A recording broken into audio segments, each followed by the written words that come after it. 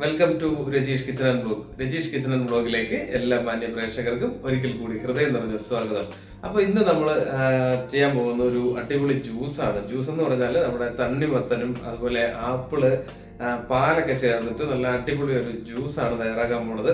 അപ്പൊ തീർച്ചയായിട്ടും നിങ്ങൾക്ക് ഈ റെസിപ്പി ഇഷ്ടപ്പെടും. അപ്പൊ തീർച്ചയായിട്ടും നിങ്ങൾ വീഡിയോ സ്കിപ്പ് ചെയ്യാതെ മുഴുവനായിട്ടും കാണുക.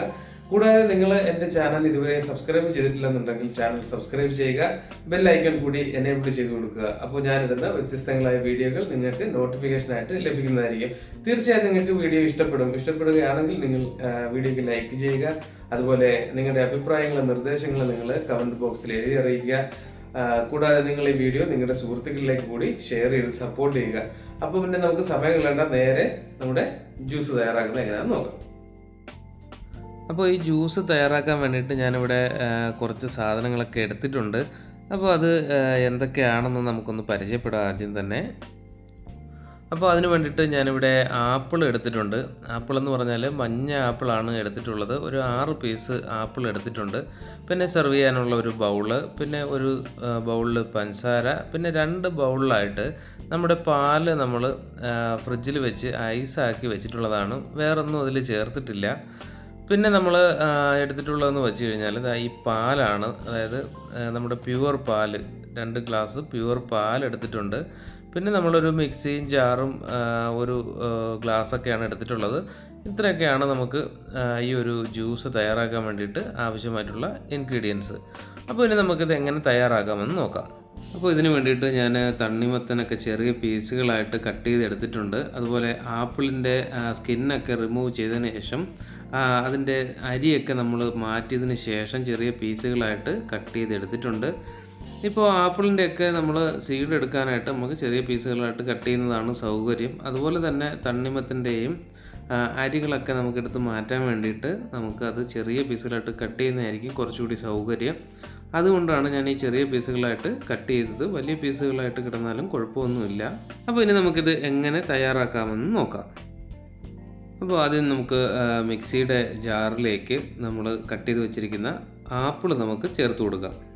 മുഴുവൻ ആപ്പിൾ നമ്മൾ ഇതിലേക്ക് ചേർത്ത് കൊടുത്തിട്ട് ആപ്പിൾ നമുക്ക് നന്നായിട്ടൊന്ന് അടിച്ചെടുക്കണം. ഇപ്പോൾ നമ്മുടെ ആപ്പിളൊക്കെ മുഴുവനും നമ്മൾ അതിലേക്ക് ഇട്ട് കഴിഞ്ഞു.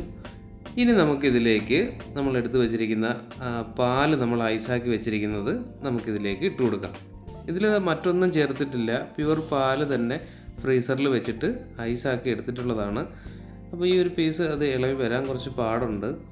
അപ്പോൾ നമുക്ക് ഈ സ്പൂൺ ഉപയോഗിച്ച് അതിനെ അതിൽ നിന്ന് ഇളക്കിയെടുത്ത് ഇതിലേക്ക് ഇട്ട് കൊടുക്കാം. അപ്പോൾ ഇനി നമുക്ക് ഇതിലേക്ക് അടുത്തതായിട്ട് നമുക്ക് പഞ്ചസാരയാണ് ചേർക്കേണ്ടത്. പഞ്ചസാര അവരവരുടെ മധുരത്തിനനുസരിച്ച് ചേർത്ത് കൊടുക്കുക. ഞാനിവിടെ 2 സ്പൂണ് പഞ്ചസാരയാണ് ഇതിലേക്ക് ചേർത്ത് കൊടുക്കുന്നത്. അപ്പോൾ 2 സ്പൂണ് പഞ്ചസാര ഇട്ട് കഴിഞ്ഞാൽ തന്നെ അത്യാവശ്യം നല്ല മധുരം ഉണ്ടാവും. ഇനി നമുക്കിതിലേക്ക് നമ്മുടെ പാല് ചേർത്ത് കൊടുക്കാം. പ്യുവർ പാലാണ്. അപ്പോൾ ഈ പാല് നമുക്ക് ചേർത്ത് കൊടുക്കാം. പാല് ചേർക്കുമ്പോൾ നമ്മൾ ഒരുപാട് പാല് ചേർക്കേണ്ട, അതൊന്നും നോക്കിയിട്ട് ഒരു 1/2 ഗ്ലാസ് പാല് ശരിക്കും അതിലേക്ക് ഒഴിച്ചു കൊടുത്താൽ മതി. കാരണം എന്ന് വെച്ചാൽ നമ്മൾ പാല് ഐസാക്കി ഓൾറെഡി ഇട്ടിട്ടുണ്ട്. അപ്പോൾ അതുകൊണ്ടാണ്. ഇനി നമുക്കിതൊന്ന് കവർ ചെയ്തിട്ട് ഇത് നന്നായിട്ടൊന്ന് അടിച്ചെടുക്കാം.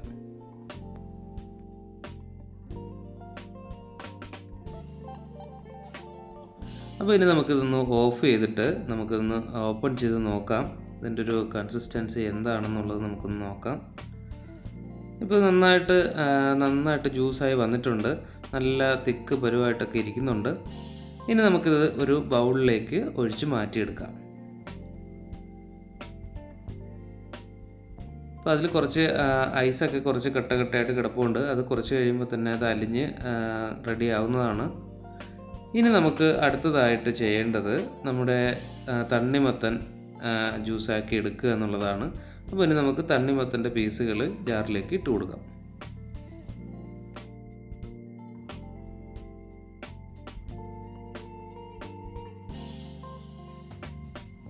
അപ്പോൾ നമ്മുടെ തണ്ണിമത്തം മുഴുവനായിട്ട് നമ്മൾ ജാറിലേക്ക് ഇട്ട് കഴിഞ്ഞു.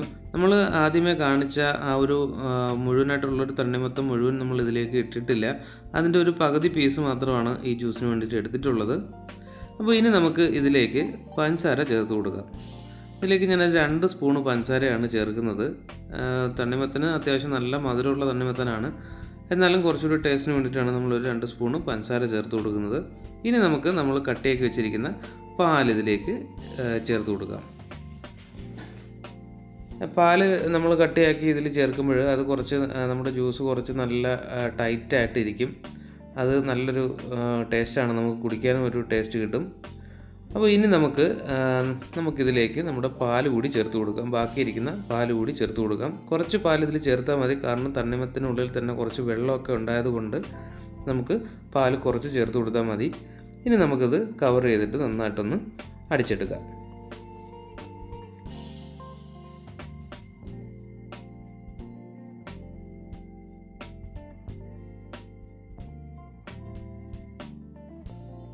അപ്പോൾ അത്യാവശ്യം നന്നായിട്ട് ഇത് ജ്യൂസായി വന്നിട്ടുണ്ടെന്ന് തോന്നുന്നു. നമുക്കിത് ഓഫ് ചെയ്തിട്ടൊന്ന് തുറന്ന് നോക്കാം. അയ്യോ, നല്ല പരുവായിട്ട് വന്നിട്ടുണ്ട്. ഇനി നമുക്കത് ബൗളിലേക്ക് ഒഴിച്ച് മാറ്റിയെടുക്കാം.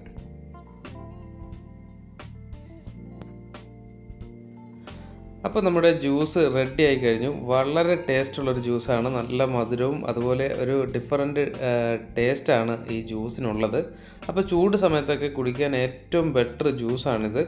അപ്പോൾ ഞാൻ ഇടയ്ക്കിടയ്ക്കൊക്കെ ഇങ്ങനൊരു ജ്യൂസൊക്കെ ഉണ്ടാക്കി കഴിക്കാറുണ്ട്.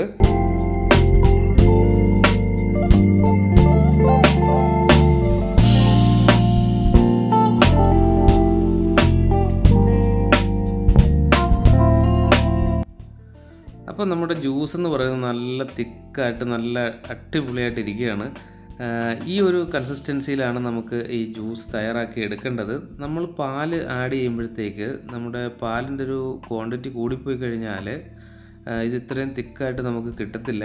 അപ്പോൾ അത് ഒന്ന് കണക്കൂട്ടി വേണം നമ്മൾ പാല് ചേർത്ത് കൊടുക്കാനായിട്ട്.